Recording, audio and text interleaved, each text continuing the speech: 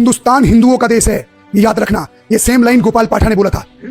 Bengal file देख कर रहा हूं दोस्तों, एक वीडियो आपने मेरी देखी होगी, मैंने बोला था एक दूसरी वीडियो बनाऊंगा, क्योंकि मन में इतनी सारी बातें चल रही थी ना, रोंगटा खड़ा हो गया। ये थोड़ी बहुत फिल्मों में सच्चाई दिखा दी जाती है तो ये हाल होता है, तो सोचो रियल में जब वो घटनाएं हुए होंगे तो क्या हुआ होगा। विभाजन हुआ, चाहे जिन्ना ने किया, गांधी का क्या रोल था, सबका क्या रोल, उस पर मैं चर्चा नहीं करूंगा। एक ही बात मेरा फोकस है, नरसंहार किसका हुआ, मरा कौन, हिंदू मरा।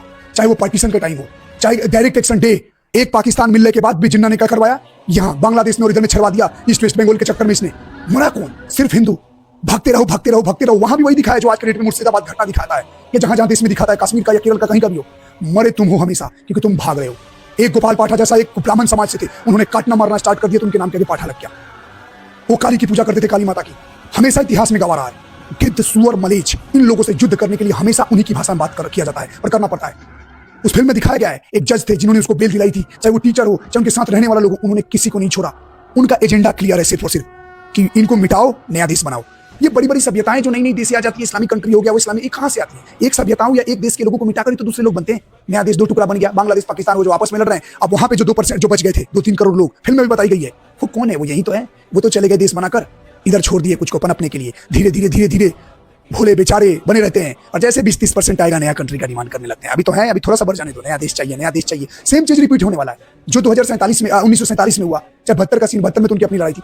तो बोलने का मतलब ये टाइम अपने आप को रिपीट करता है। आज मैं कोई नफरत नहीं फैला रहा हूं, इतिहास से हमेशा सीखा जाता है। हम जिस टाइम बम पे चल रहे हैं ना, हमें जगना पड़ेगा, सीखना पड़ेगा। जितने हिंदू, उनके घर में तो हथियार, कट्टे, बंदूक, तलवार सब कुछ मिल जाता है। तुम्हारे घर में एक है, लाठी है, लाठी है तुम्हारे घर में, एक लाठी तक नहीं मिलेगा। तुम क्या खाक लड़ोगे और भगोगे? भगोगे ही सिर्फ। इसीलिए मैं बार बार बताता हूँ, ये फिल्म कोई प्रोपेगेंडा नहीं है, ये फिल्म वास्तविक घटना है। जिंदा जला दिया गया, जिंदा मार दिया गया, औरतों को काट काट के नाम रेप कर करके लटका दिया गया ऐसे बुच्चर खानों में। औरत होना इनके कल्चर में क्या है, पूरी दुनिया जानती है। सिर्फ लस्ट, प्लेजर, रेप करने के कारण भीड़ की भीड़ नोच खा जाती है। ये डेड बॉडी को नहीं छोड़ते हैं, इतिहास गवाह है। और आज हम सिखाने आते हैं तो हिंदू मुस्लिम कर रहे हैं। हम वो वास्तविक सच बता रहे हैं कि तुम लोगों को आने वाले टाइम में लड़ना पड़ेगा, युद्ध होगा। और ये युद्ध कोई हेट ये नहीं बोल रहा कि तुम सेल्फ प्रोटेक्शन में लड़ोगे, क्योंकि देश में बहुत माहौल खराब है। कभी तुम अशोक का अपमान करते हो, कभी दाम पूछ के, धर्म पूछ के मारते हो। तुम ये भी बात करते हो कि दर के मुसलमान मिल जाएंगे, तुम ये कर लेंगे, वो कर लेंगे। क्या कर रहे हो यार? हर कोई भारत में यात्रा निकल जाए, पथराम स्टार्ट हो जाता है। तुम अपना मनाते, हम अपना मनाते तो ही करते। दो को इस्लामिक और एक को सेक्युलर बना दिया, उधर के पीएम इस्लामिक बनेंगे और इधर का कोई भी बन सकता है। अरे भैया, इस एजेंडा को सरकार भी समझ ले और हम भी समझ रहे हैं। जगो, एकत्रित रहो, आने वाला समय बहुत विकराल रहेगा। तुम्हारी डिग्रियां, तुम्हारी घर, हॉस्पिटल, कॉलेज सब धरे के धरे रह जाएंगे। बगल वाली भीड़ कुछ नहीं समझती, भीड़ बस तुम्हें मिटाना चाहेगी। इसलिए मैं बोलता हूं, जितने लोग हो, पॉलिटिक्स से हटकर अपने धर्म के लिए लड़ो, एकत्रित हो जाओ, जाति का त्याग करो। आने वाला समय बहुत बुरा होगा। और खासकर सभी लोग जाकर बंगाल फाइल देखो।